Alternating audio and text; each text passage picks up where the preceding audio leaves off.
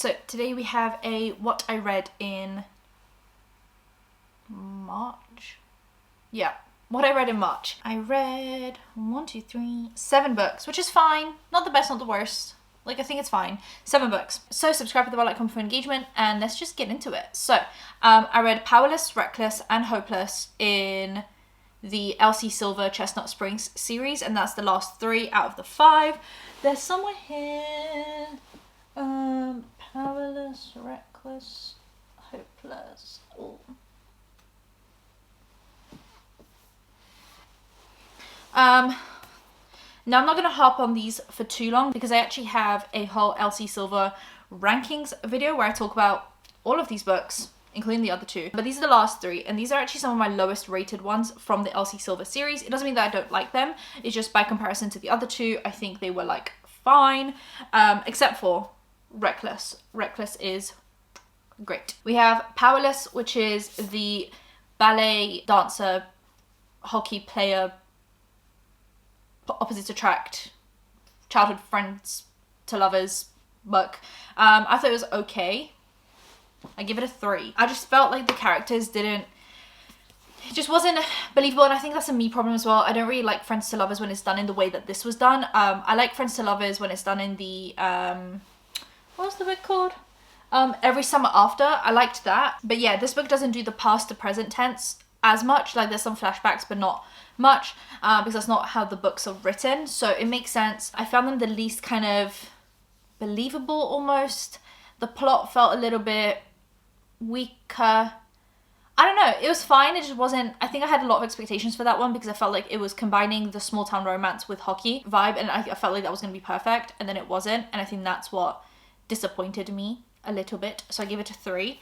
And then we have Reckless, which is about Theo and, I actually didn't say the names, this one is Jasper and, what is her name?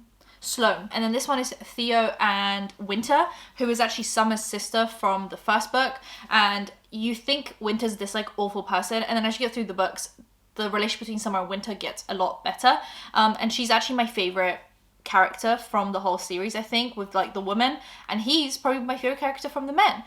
This one is great. This one is like a solid 4 or 5 out of 5. This was my favorite. It's a one night stand turns pregnancy turns forced proximity romance, but there is some like drama sprinkled in there, and I couldn't believe it when I was reading it. It was so like dramatic. There was so much happening there, and I found them the most believable. It was a slow progression into what was a very solid relationship, and I really liked this one. This lighting change is, anyway, I really like this one. I would really recommend it. Obviously read them all in order because I think that's the way they're meant to be read. And then we had Hopeless, which is the last one that everyone was waiting for and looking forward to, and it released not too long ago. It's between Beau, who's the military guy in that family, and also he's the most like mysterious. We don't really know much about him. He's very standoffish, very kind of mean, cold. So everyone's looking forward to his book, obviously. He doesn't really get with anyone that we've met.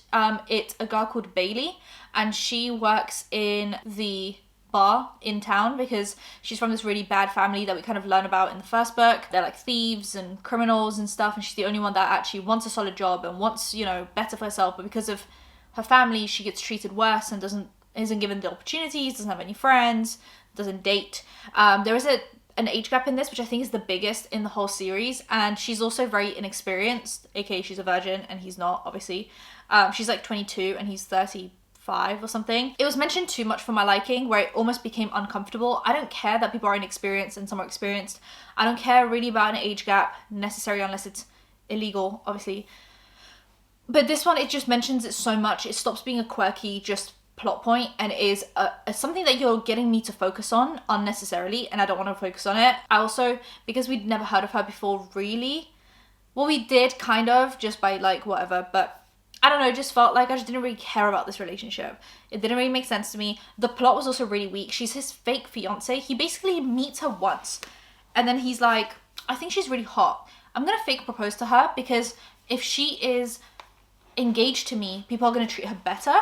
And if I'm engaged, my family's going to leave me alone, even though I have unresolved PTSD from being in the army and going missing. Okay, so in reality, both of them just need a therapist. That's what they need. They need therapy. They don't need a fake marriage. And it felt the weakest to me. I felt the least kind of want for them to be together, the least chemistry. I don't know. I liked the forced proximity of them having to be engaged and obviously live together and stuff.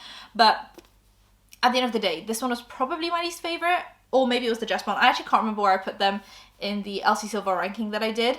But they're probably on the same level of just like a 3 out of 5. Then I read It's Not You, which is written by a therapist who deals with narcissism, and yeah, it's just been great. I'm not gonna delve into more of that because then I'm starting to delve into like why I need a therapist. But yeah, it's a great book if you've ever felt like you've dealt with someone who might be a narcissist. But also just read it just so you don't become a narcissist in other people's lives. Moving on. Then I read Daisy Hates, which is this book. Obviously I read Magnolia Parks, I think the month before that, or actually 2 months before that, and then I left myself a break. So I read this, which is the Daisy Hates. I always talk about this when I talk about these books because I think people get really confused about the timeline of things. There are currently 5 books, there are going to be 6. There are 3 on Magnolia Parks and there are 3 on Daisy Hates, and they alternate, but they also happen in the same timeline. So you have Magnolia Parks happens, let's say, 1 year, and then it ends on a cliffhanger typically. And then you have the Daisy Hates book, which starts at that same point. So you're basically seeing the same year from different points of views, which kind of interlink at different times, but also they are quite separate. So you don't feel like you're reading the same thing over and over, not in like a boring way, but you kind of just get like a different aspect of things. So this one's the Daisy Hates one. I obviously read the first Magnolia one, which is that red one. These books are very quirky and they need the right audience. It's a lot of toxic relationships, a lot of miscommunication, a lot of cheating, a lot of, just imagine like Gossip Girl in a book, which basically Gossip Girl was based on a book. So imagine that kind of, but modern day. And if you hate that, you're not gonna like it. But if you love it, you'll love it. That's basically what it is. I personally love it. Gossip Girl is one of my favorite TV shows. A lot of toxicity, a lot of miscommunication, a lot of drama, a lot of cheating, like a lot of that. I love it. I love that in a fiction because I don't want to live that life. So when I read this one, I actually read it physically. I actually read the first Magnolia Parks where I didn't have them physically. I had it just on Kindle Unlimited because the first 4 out of 6, but 5 released ones are on Kindle Unlimited. The 5th one is not on Kindle Unlimited, but it is on Kindle, obviously. And then the 6th one is currently in writing, I guess, like it hasn't been released yet. So I read this one because I got the editions and I thought they were so cute, so I'm just gonna read it like that. Great. This one is about obviously Daisy, and it's from the point of view of Daisy, her brother Julian, and Christian, her love interest, who was actually in love with Magnolia Parks, and that's kind of the drama for this one. And it ends on like a cliffhanger. It's very dramatic. I love it. I love these. I can't really say too much without spoiling it. And also these books are not very plot heavy. They're very character heavy with some plot twists and like dramas that happen, but it's not very plot heavy, which is why they're so long, because you're just following these characters around in their everyday life. And once again, if you hate that, you hate that. If you love it, you love it. But there's also not much I can tell you about what happens in this book because it is a lot of just like, they did this and then they did this and then they got into this argument and then they did this. So if you like reading that, you'll really like these. She's from like the criminal family, and Magnolia Parks is from like a very kind of well-off rich family, but not through crimes, like through her dad being a music producer, whereas these are the crime side of things. Now with these, this doesn't happen with Magnolia Parks. Magnolia Parks is written slightly differently. With these, you get kind of these references, almost like when you're writing like an essay for uni.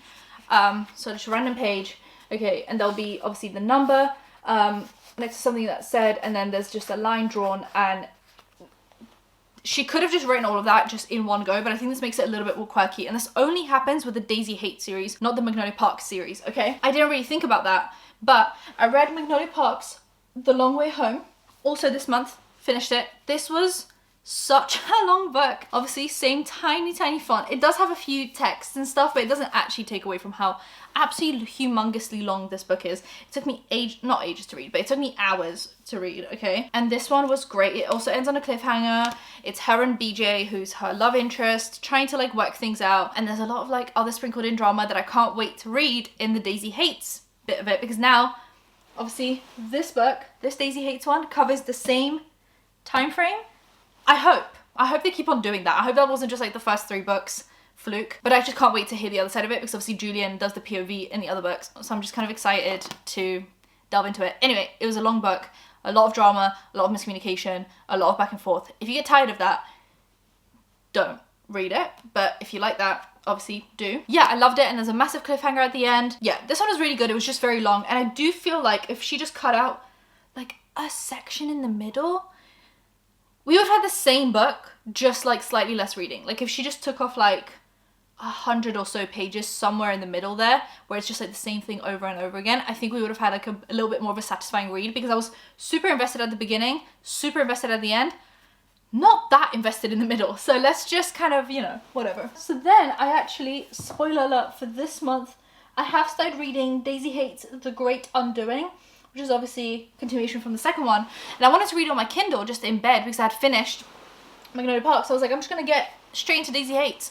And because of the referencing, I have this like mechanism on my, I can't even show you, on my Kindle, where you like clip this thing onto your Kindle and then you have a little remote in your hand and you can click. And once you have it in these like stands, right, you basically just lay in bed and you have the Kindle hanging above your head and you can just click the button and it will turn pages. You get it on Amazon, right?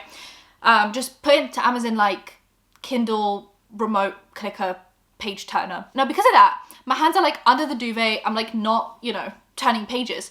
Because of that numbered system with the referencing at the bottom, you have to click on that for the referencing to come up so you can read it, and you have to close it and then you have to move on. So actually reading the Daisy Hates bit of the series on Kindle Unlimited is almost like unreadable. I don't really like it. So I'm gonna keep on reading the Magnolias on Kindle Unlimited, but the Daisy Hates ones, I'm gonna read physically. However, the Magnolia Park's Into the Dark book is not on Kindle Unlimited because it's new, so obviously they don't want to give it to you for free. So I'm probably gonna have to read basically the last two physically, and then I'm assuming the last one for Daisy Hates that comes out is also not going to be on Kindle Unlimited, and also wouldn't want to read on Kindle Unlimited because of the referencing issue. So that's just a little spoiler alert. You might want to buy them physically because it's kind of unreadable on a Kindle. Anyway, that's that. But I really like them. Like I said, there's not really much plot-wise I can tell you guys because it's so like character heavy.